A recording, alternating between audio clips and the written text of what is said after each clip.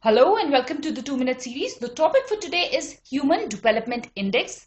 Now, before we discuss this, a small understanding is what is vital of the difference between growth and development. Now, growth is simply a quantitative aspect. Even if the national income or the GDP of a country is increasing, definitely the country is growing. But whether or not a country is developing depends upon many factors other than growth itself. Now, for development, the increase in the national income has to translate into a better standard of living. For example, better education, better health, better per capita income. So those are some various factors which will lead to development. And to measure that whether a country is developing, several indexes are what have been formed, and one amongst those is the HDI. Now, as per definition, the HDI includes three basic variables.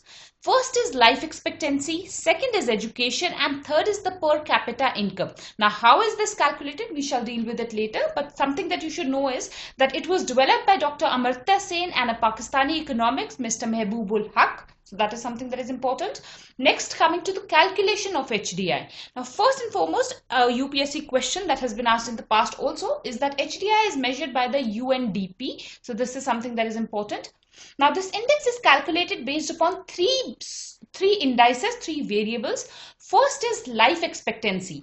Now, this factor will measure the life expectancy in a country at birth. So this is something that you should know.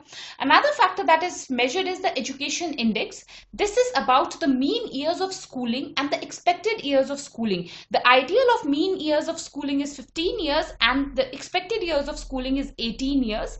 It is believed that at 18 years a person can complete his master's. So that is something that is measured.